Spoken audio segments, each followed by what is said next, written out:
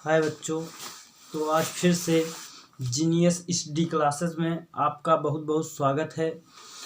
तो मैं आदेश तिवारी आज आपको कल बताया था कि आपको अगली टॉपिक में हम आपको बताएंगे बर्नौली की प्रमेय,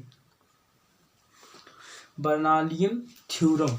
तो आज हम आपको बर्नौली की प्रमेय के बारे में बताएंगे। तो चलिए देर ना करिए, आप लोग देखिए, आज हम आपको बताएंगे बर्नौली की प्रमेय। अभी तक आपको हमने 3 चीज बताया। पहला गत्या समीकरण ग्राफीय विधि से, गत्या समीकरण कलन विधि से, गत्या समीकरण गणितीय विधि से। तो आज हम आपको बताएंगे बर्नौली की थ्योरम, सबसे इम्पोर्टेंट क्वेश्चन क्लास 11 के लिए। तो चाहेंगे तो सब लोग पढ़ सकते हैं बर्नौली की प्रमेय। तो हम हेडिंग डाल रहे हैं आपको, देखिए आप लोगों को इसमें बर्नौली की प्रमेय के बारे में थोड़ा जानना होगा। आप लोग पहले देखिए, द्रवों के प्रवाह में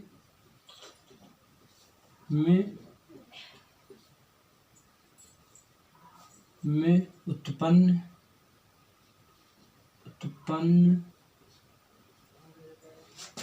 ऊर्जाएं, देखिए जितनी चीज हम आप लोगों को बता दे रहे हैं, यहीं से आपका क्वेश्चन, यहीं से आप लोगों का बर्नौली की प्रमेय सिद्ध हो जाएगी। देखिए द्रवों के प्रवाह में उत्पन्न ऊर्जाएं। तो देखिए बर्नौली की प्रमेय जो है, इसमें ऊर्जाएं जो है 3 कंडीशन होते हैं। पहला जो है इसमें वो आपका दाब ऊर्जा, देखिए दाब ऊर्जा। दूसरा है आपका गतिज ऊर्जा, क्या बच्चों? दूसरा है आपका गतिज ऊर्जा और तीसरा है आपका स्थितिज ऊर्जा। तीसरा है आपका स्थितिज ऊर्जा। यहाँ तक देखिए यही 3 कंडीशन होता है जो कि हमारा बर्नौली की प्रमेय यही 3 कंडीशन से सिद्ध होती है। जैसा कि आप लोग जानते हैं, दाब ऊर्जा, गतिज ऊर्जा, स्थितिज ऊर्जा, ये क्या है? द्रवों के प्रवाह में उत्पन्न ऊर्जाएं हैं। जैसे देखिए आप लोग, हम अगर देखिए थोड़ा अगर चित्र गड़बड़ भी बनेगा तो आप ध्यान दे दीजिएगा।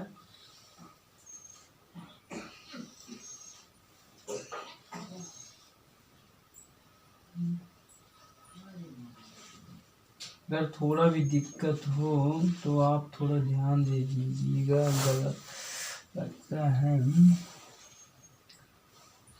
यहाँ देखिए ये थोड़ा पतला बन गया, इसको हम थोड़ा मोटा कर दें अगर, तो यहाँ अच्छे से बन जाएगा।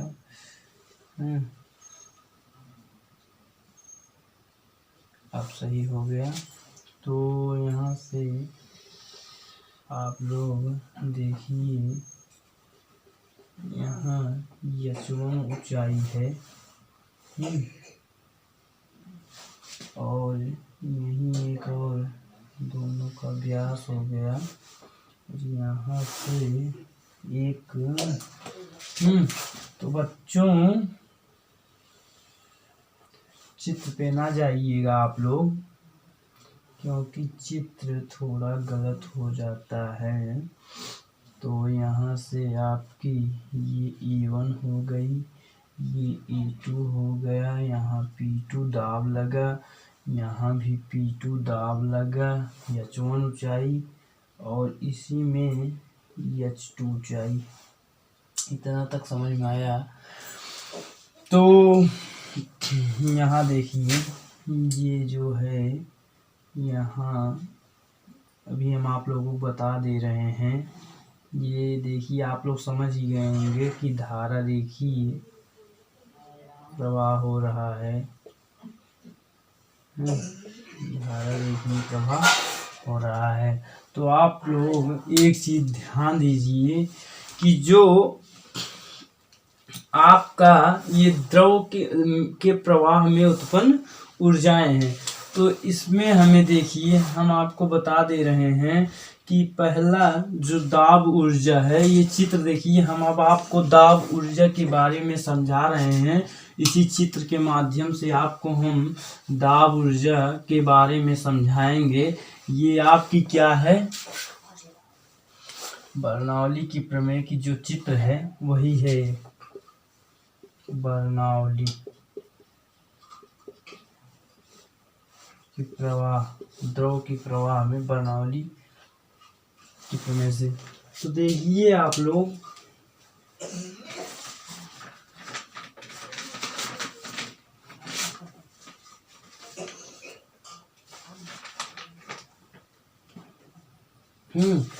और एक बात आप ध्यान दीजिए, जो आपकी बर्नौली की प्रमेय है वह ऊर्जा संरक्षण पर कार्य करती है।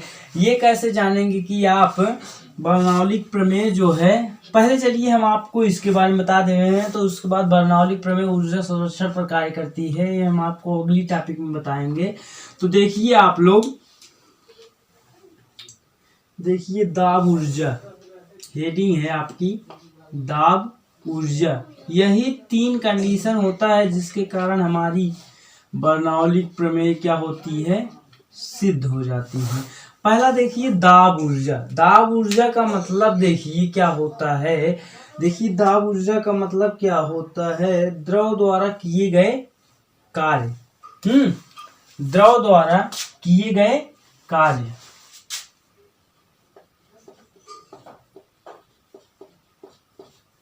किए गए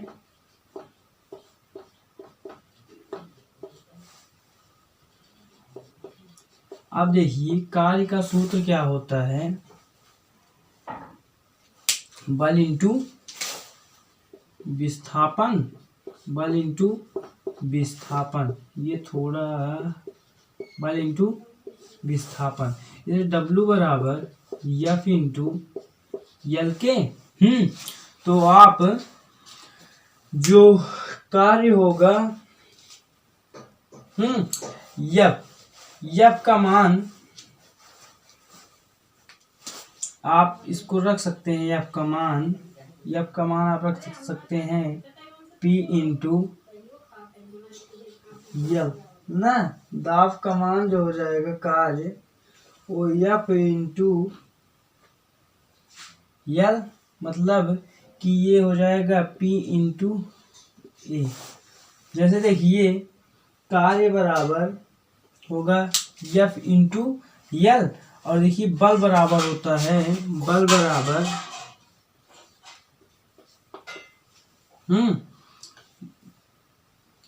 बल बराबर देखिए अगर दाब बराबर बल बटे क्षेत्रफल होता है कि नहीं, आप लोग ध्यान से देखिए। दाब बराबर बल बटे क्षेत्रफल, तो दाब को हम P से लिखते हैं और बल को F से और क्षेत्रफल को A से। अगर हम F बराबर निकालें तो P इंटू A। इसीलिए जो द्रव द्वारा किया गया कार्य होगा यहाँ से यहाँ तक वो हमारा यही होगा PLA। PA मतलब F बराबर PA रख दिए। इसके पश्चात देखिए आप लोग, देखिए इसके पश्चात देखिए, अगर बात की जाए एकांक आयतन में, अगर बात की जाए एकांक आयतन में, एकांक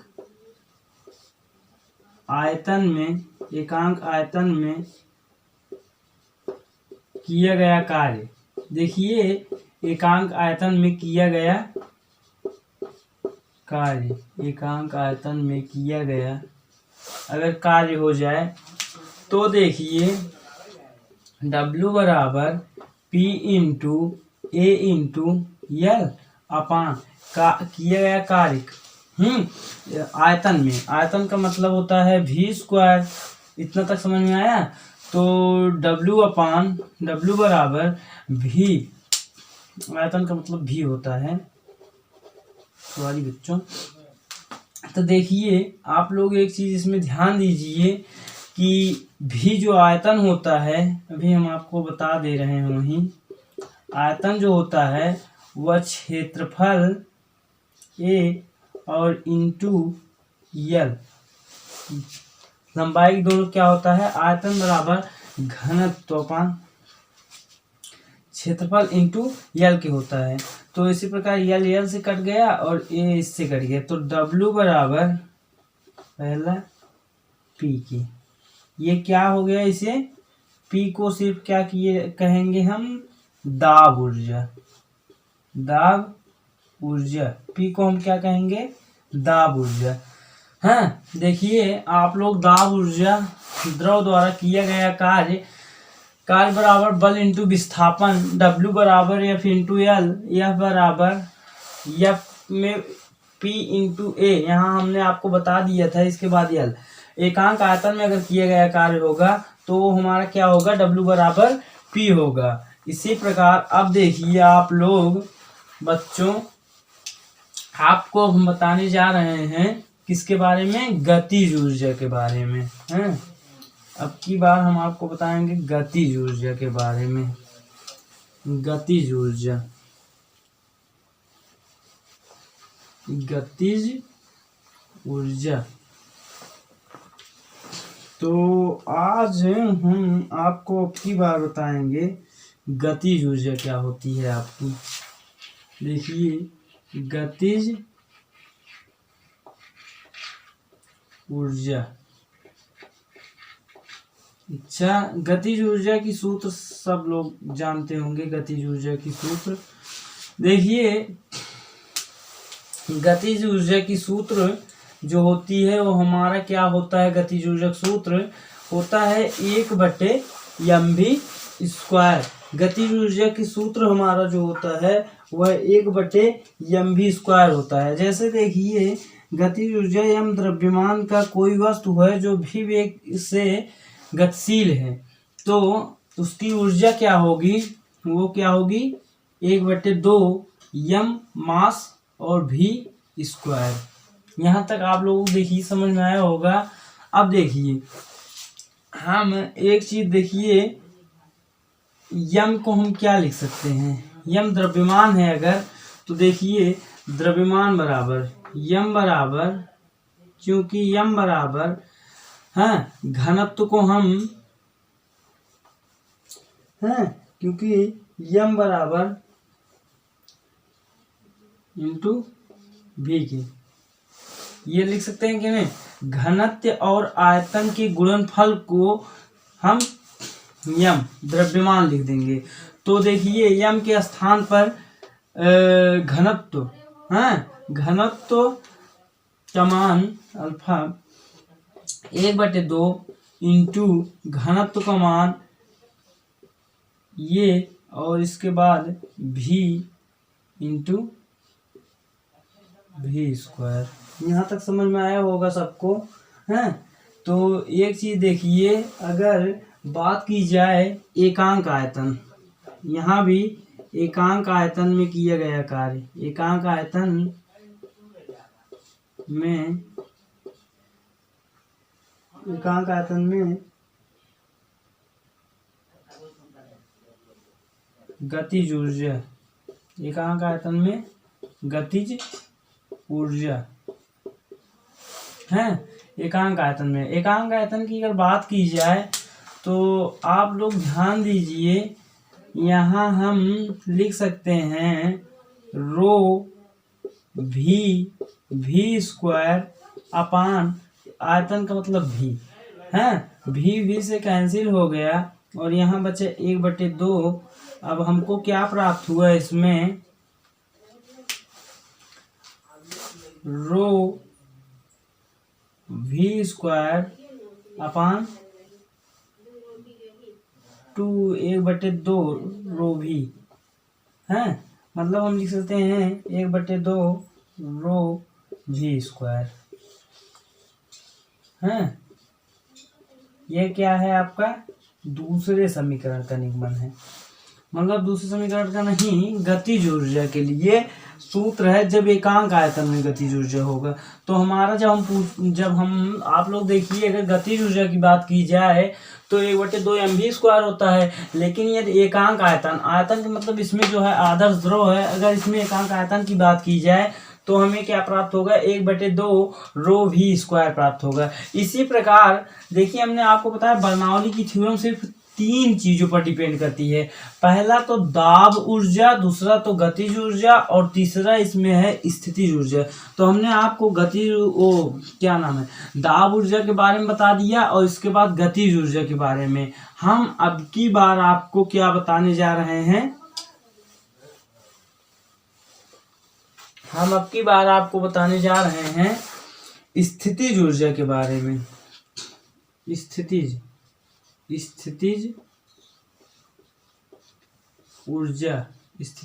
ऊर्जा के बारे में। अच्छा, अब की बार आपका है स्थितिज ऊर्जा।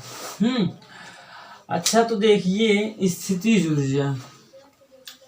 ऊर्जा यम द्रव्यमान का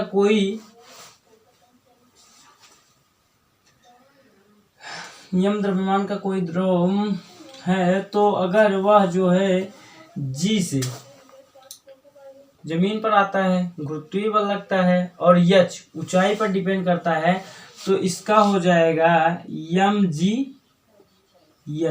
ऊर्जा। अगर देखिए बात की जाए एकांक आयतन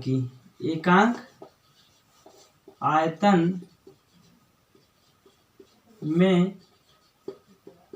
स्थितिज ऊर्जा, एकांक आयतन में अगर बात की जाए स्थितिज ऊर्जा की, तो देखिए mgh अपान v के। देखिए यम का मान हमने आपको देखिए बताया, क्योंकि यम बराबर रो इंटू v के, मतलब v आयतन है, रो घनत्व है। तो आप ध्यान दीजिए, देखिए यम का मान रो और into v into g into h अपान v के। v से कैंसिल। अब आपके पास क्या बचा, एकांक आयतन में स्थितिज ऊर्जा हमारे पास बचा रो, देखिए थोड़ा row into G into H, इसे हम लिख सकते हैं proportional that row into row G H, आपका यही आ गया, रो जी एच लिख सकते हैं। यहाँ तक आप लोगों को समझ में आ गया होगा। हम देखिए आप लोगों को इसलिए यह समझाएं जिससे आपको बर्नौली की थ्योरम में थोड़ा भी दिक्कत ना हो, क्योंकि देखिए 3 चीजों पर ही बर्नौली की थ्योरम जो है डिपेंड करती है। पहला दाब ऊर्जा, दूसरा स्थितिज ऊर्जा और गतिज ऊर्जा। बस तीनों ही चीजों पर आपकी ये क्या डिपेंड करती है। अच्छा, तो आपको हम एक बात बता दें, जैसे आप लोग देखिए कि यह ऊर्जा संरक्षण के नियम पर कैसे कार्य करती है बर्नौली की थ्योरम। यह देखिए ऊर्जा संरक्षण के नियम पर कैसे कार्य करेगी। देखिए अगर यदि हमारे पैंट में 2 थैलियां हैं और हमारे शर्ट में 1 थैली है, अगर देखिए हमारे तीनों थैलियों में मिलाकर, जैसे एक थैली दाब हो गई, दूसरी थैली हमारी गतिज हो गई और ऊर्जा तीसरी स्थितिज ऊर्जा हो गई, 3 थैली हमने नाम रख लिया हमारी थैलियों का। तो देखिए हमारे तीनों थैलियों में 100 रुपए हैं। अगर मानिए कि हमारे थैलियों में 100 रुपए हैं, तो हमारे तीनों थैलियों में कितने रुपए हो गए, 300 रुपए हो गए। यदि देखिए हमने अपनी चाहे जिस थैली से, देखिए हमने मान लीजिए कि 150 रुपये खर्च कर दिए, हमारे पास कितना बचा? अब हमारी थैली में 150 रुपये बचे। यदि हमारे थैली में 150 रुपये बचे तो हमारे थैली से 150 रुपये हमने उड़ाया, और कोई हमारे पीछे से हमारी थैली में 150 रुपये रख दे, तो बताइए हमारे तीनों थैलियों में पुनः कितना रुपये हो जाएगा? 300 रुपये हो जाएगा। ठीक उसी प्रकार आप लोगों को पता होगा ऊर्जा संरक्षण का नियम किस पर आधारित है। देखिए ऊर्जा संरक्षण का नियम क्या कहता है कि ना तो ऊर्जा को उत्पन्न किया जा सकता है और ना ही ऊर्जा को नष्ट किया जा सकता है ना। मतलब कि जो देखिए गतिज ऊर्जा है, जैसे देखिए दाब ऊर्जा, गतिज ऊर्जा और स्थितिज ऊर्जा। देखिए स्थितिज ऊर्जा, अगर देखिए बात की जाए कि दाब ऊर्जा अगर खत्म हो गया तो गतिज ऊर्जा और स्थितिज ऊर्जा मिलाकर दाब ऊर्जा पुनः ले आ देंगे। इसी प्रकार जो है ये अगर कम होगा तो ये ज्यादा होगा, अगर ये ज्यादा होगा तो ये कम होगा, ये कम होगा तो ये ज्यादा होगा। ठीक इसी प्रकार ये तीनों आपस में मिलते रहते हैं। इसीलिए इसे क्या कहते हैं, कभी कभी देखिए आता है क्वेश्चन में कि बर्नौली की थ्योरम किस संरक्षण पर कार्य करती है, तो आपको 3-4 चीज देंगे जिसमें आपसे पूछेंगे बताइए कि बर्नौली थ्योरम, तो आप लोगों का आंसर होगा ऊर्जा संरक्षण नियम पर कार्य करती है। हमने आपको 3 चीज द्रवों के प्रवाह में उत्पन्न ऊर्जाओं के बारे में 3 चीजें बताया। पहला हमने बताया आपको दाब ऊर्जा। दाब ऊर्जा का जो सूत्र होता है, मतलब दाब ऊर्जा अगर एकांक आयतन में किया जाए तो उसका मान जो होता है P होता है, और जो दूसरा होगा हमारा गतिज ऊर्जा उसका मान होगा 1/2 रो V स्क्वायर, और तीसरा जो स्थिर ऊर्जा होगा हमारा वह हमारा होगा m रो G S। 3 चीजें आपको पता हो गई। तो इसके बाद हम देखेंगे बर्नौली की प्रमेय। आइए हम देखते हैं अब की बार बर्नौली की प्रमेय। अब देखिए 3 चीजों पर ही आपकी बर्नौली की प्रमेय बहुत आराम से लग जाएगी। आपको बस इतना ध्यान रखना है कि दाब ऊर्जा जो है वो P है, और जो गतिज ऊर्जा है वो 1/2 रो V स्क्वायर है, और जो स्थितिज ऊर्जा है वो रो G H है। हाँ, अब आइए आप देखिए बर्नौली।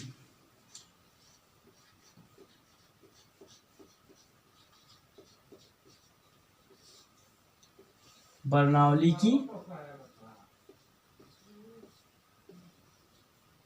प्रमेय।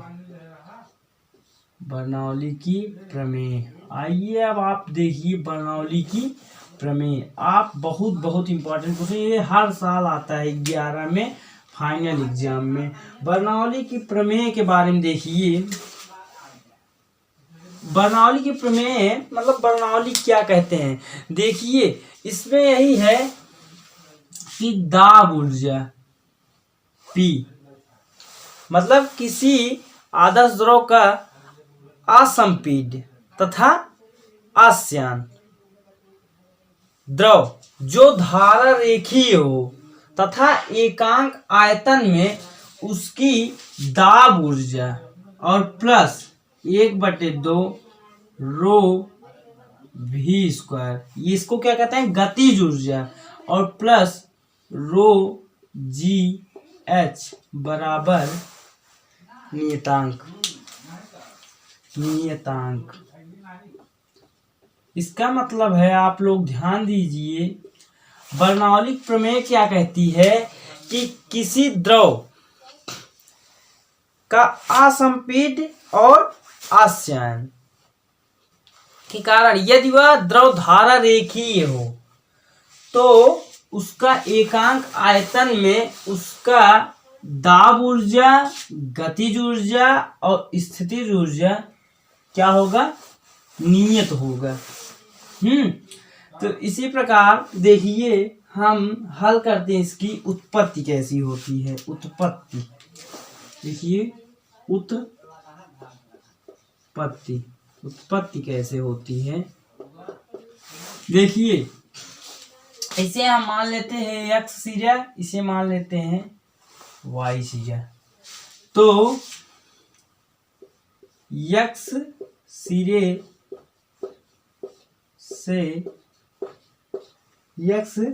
सिरे से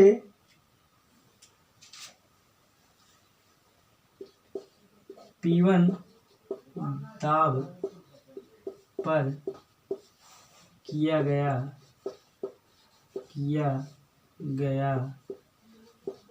कार्य।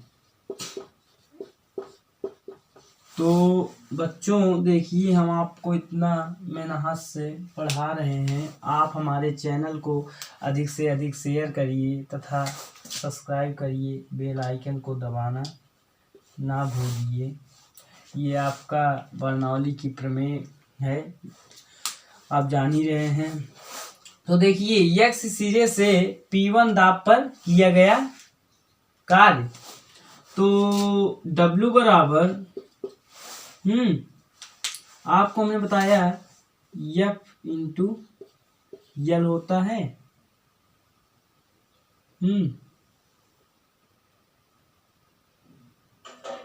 इतना समझ में आया। देखिए F बराबर इतना होता है आयतन।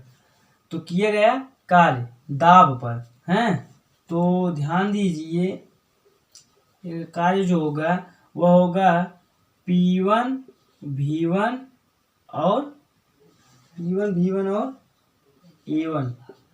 मतलब ये आयतन जैसे देखिए किया गया कार्य बराबर बल इंटू विस्थापन का मतलब देखिए यह जो है V1 विस्थापन तय करता है और जब यहाँ आ जाता है तो V2 विस्थापन तय करता है। इतना समझ में आया। और P इंटू ए क्षेत्रफल से आया है बराबर। अब देखिए अब मानिए कि Y सिरे से P2 दाब पर P2 दाब पर किया गया कार्य जो हो जाएगा क्या होगा आपका, इसमें हो जाएगा P2 V2 A2। इतना हो जाएगा आप लोगों को। अब आगे देखिए आप लोग P2 V2। अब देखिए अगर हम नेट कार्य निकालें, नेट कार्य मतलब देखिए नेट कार्य का मतलब संपूर्ण कार्य। अगर देखिए संपूर्ण कार्य निकालें तो मतलब संपूर्ण कार्य निकाला जाए तो क्या होगा, देखिए P1 V1 और A1 minus P2 V2 A2। इतना तक समझ में आया। अब देखिए यहाँ तक आप लोग देख लीजिए। इसके बाद अगर हम मानना चाहें तो आगे देखिएगा, इसके बाद ऊपर से देखिएगा, यहाँ तक देख लीजिएगा। इसके बाद हम आपको आगे बताते हैं। अच्छा एक चीज़ आप मान सकते हैं इसमें, जहाँ हमने बताया P1 V1 A1 minus P2 V2 A2। इसी प्रकार आप देखिए अगर हम A1 V1 बराबर A2 V2, इसका मतलब यह हुआ कि यह क्या है, यह जो है निकल रहा है, यह द्रव बाहर की ओर निकल रहा है ना। A2 V2 बाहर की ओर निकल रहा है और यह अंदर की ओर निकल रहा है। तो इसे हम क्या लिख सकते हैं, इसे हम लिख सकते हैं यम अपान रो, मतलब द्रव्यमान और घनत्व लिख सकते हैं कि नहीं। देखिए, जैसे देखिए A1 और V1 दोनों क्षेत्रफल है और V1 V2 यह आपके द्रव के समीकरण से प्राप्त होता है। V1 इतना। अब देखिए, आपको अगर हम इस पर रखने के लिए कह दें वही P1 V1 पे, तो आप देखिए P माइनस P1 और M और minus P2 M rho minus से। अब देखिए, अगर आप इसमें देखिए कॉमन दिख रहा है तो यह हमें प्राप्त हो जाएगा P1 माइनस P2 इतना। इसके बाद हमें दिख रहा है M और रो। यहाँ तक आप लोगों को देखिए इतना हो गया। यह क्या है, नेट बल से किए गया कार्य। A1 V1 यह जो है इतना लिख सकते हैं हम इसे। अब इसी प्रकार आप देखिए यहाँ तक हो गया। अब आपको हम पुनः यही बता रहे हैं। तो अब की बार आप देखिए आपके गतिज ऊर्जा में वृद्धि, आपकी गतिज ऊर्जा में वृद्धि, गतिज ऊर्जा में वृद्धि, गतिज ऊर्जा में क्या वृद्धि, गतिज ऊर्जा में वृद्धि। देखिए, गतिज ऊर्जा में वृद्धि होगी जो हमारी होगी 1/2 mv1 स्क्वायर, 1/2 mv2 स्क्वायर, मतलब कि गतिज ऊर्जा यहाँ से होगी और माइनस 1/2 mv1 स्क्वायर। सूत्र होता है गतिज ऊर्जा में वृद्धि। इसी प्रकार आप इसे लिख सकते हैं 1/2 यम कॉमन लेंगे दोनों में तो क्या हो जाएगा v2 square minus v1 square. ये आपका हो गया है। इसी प्रकार देखिए, अब स्थितिज ऊर्जा में कमी, स्थितिज ऊर्जा का भी हमने आपको बताया। स्थितिज ऊर्जा जो होता है mgh है। आप इसमें ले लीजिए एक mgh1 माइनस mgh2 दोनों में कमी। इसका mg कॉमन लिए अगर हम, हमारे में क्या बचेगा h1 माइनस h2। यहाँ तक हो गया। अब देखिए, ध्यान दीजिए,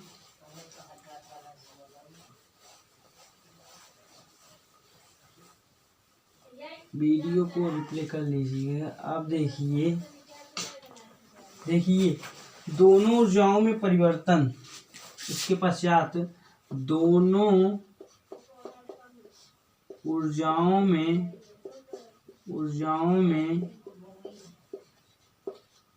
परिवर्तन, दोनों ऊर्जाओं में परिवर्तन कैसे होगा। दोनों ऊर्जाओं में परिवर्तन 1/2 mv2 square minus v1 square बराबर 1/2 नहीं, 1/2 नहीं होगा क्योंकि देखिए यहाँ तो यम है, यहाँ हो जाएगा यम और h1 mg h1 minus h2 minus h2। यहाँ देखिए ऊर्जा में परिवर्तन बराबर होता है किया गया कार्य, ऊर्जा में परिवर्तन अपान किया गया कार्य। तो देखिए किया गया कार्य मतलब पहले आप देखिए एक नेट किया गया कार्य हमने बताया था पे जो है P1 और माइनस P2 बरा इंटू यम अपान नियम अपान घनत्व रो। देखिए ऊर्जा में परिवर्तन, देखिए हम लिख सकते हैं P1 माइनस P2 यम रो, यहाँ तक आया, बराबर 1/2 यम V2 square minus V1 square है, यहाँ तक समझ में आया, और माइनस mg अपान H1 माइनस H2 के, यहाँ तक समझ में आया है। अब देखिए अगर हम रो यम के स्थान पर रो धर दे तो यहाँ रो कट जाएगा और यहाँ बचेगा क्या, P1 माइनस P2 बराबर 1/2 रो है V2 square minus V1 square minus rho g H1 minus H2 के। यहाँ तक आप लोगों को समझ में आया। देखिए दोनों ऊर्जाओं में परिवर्तन हुआ, मतलब कि 1/2, मतलब गतिज ऊर्जा में परिवर्तन और स्थिति ऊर्जा में परिवर्तन। ऊर्जा में परिवर्तन बराबर किए गया कार्य, मतलब नेट कार्य बराबर P1 माइनस P2 यम इतना 1/2 दोनों में किए गए कार्य। अब देखिए रो से हमने उधर मल्टीप्लिकेशन किया तो यहाँ इससे यही बचा। अब देखिए आप लोग आगे देखिए,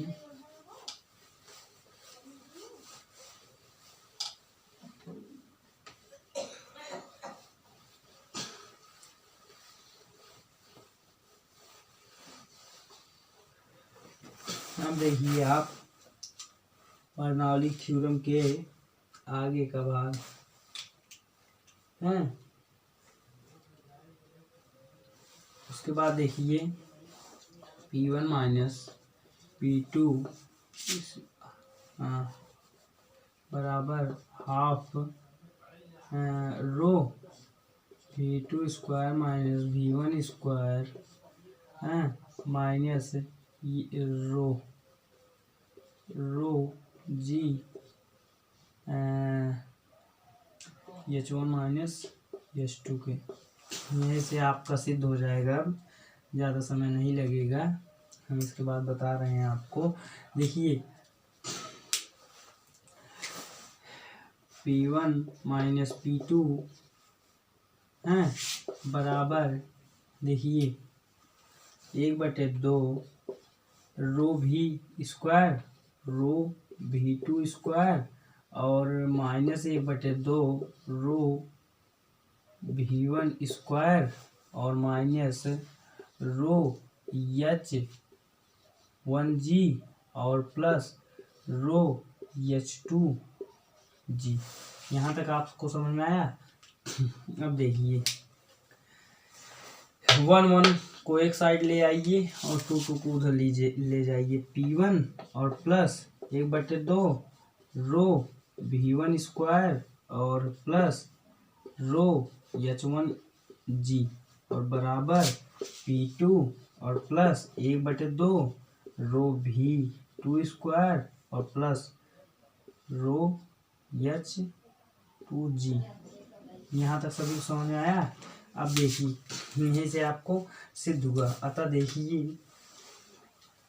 P1 और प्लस 1/2 रो V1 स्क्वायर और प्लस रो H1G बराबर इतना लिख सकते हैं। अगर आप तो आप देखिए लिख सकते हैं P मतलब दाब ऊर्जा अपान रो V स्क्वायर और प्लस रो GH। अतः आपका ये क्या हुआ, बर्नौली थ्योरम सिद्ध हो गई। बर्नौली की प्रमेय आपकी सिद्ध हो गई। देख लीजिए। तो बच्चों हमारा चैनल अधिक से अधिक शेयर करिए, सब्सक्राइब करिए तथा बेल आइकन को दबाना ना भूलिए। अच्छा एक चीज़ और देख लीजिए आप,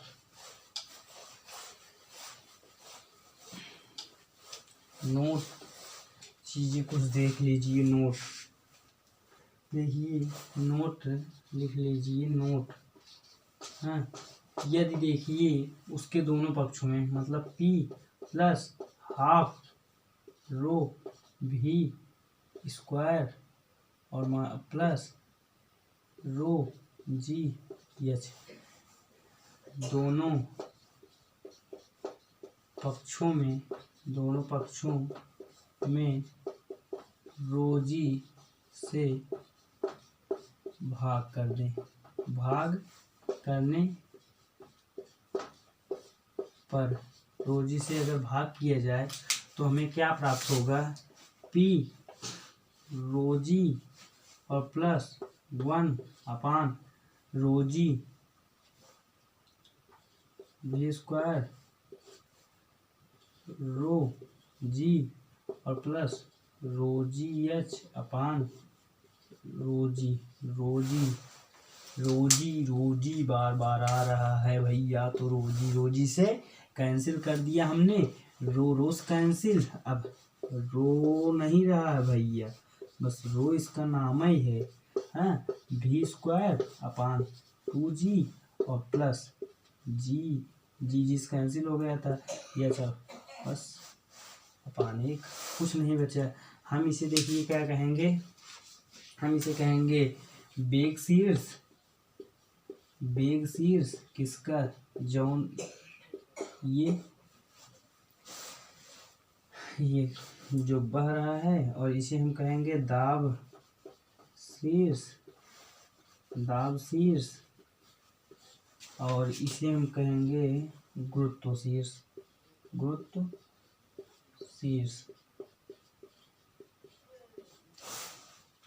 यहाँ तक आपको समझ में आ गया होगा। तो आगे देखिए, आप एक पॉइंट और नोट डाल लीजिएगा। यदि अगर देखिए नोट में डाल लीजिएगा, एक पॉइंट और है, उसके बाद अगर देखिए यदि जो है आपका क्षैतिज में हो रहा है या प्रवाह आपका क्षैतिज में हो रहा है, देखिए तो आपको हम बता दें P1 plus half rho V1 square और प्लस रो GH1 बराबर P2 plus half rho V2 square और प्लस रो GH2। अगर देखिए हम H1 और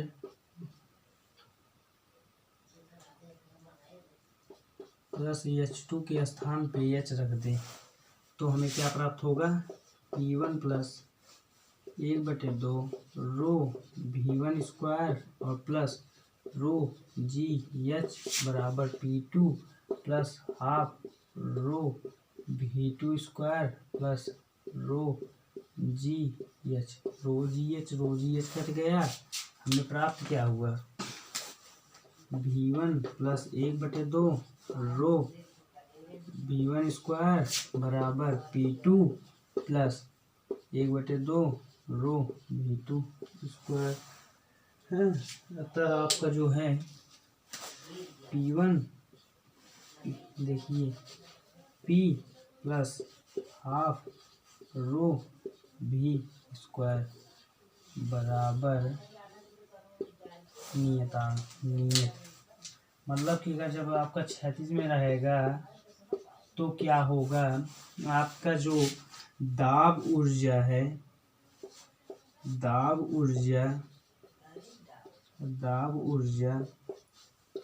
और प्लस गतिज ऊर्जा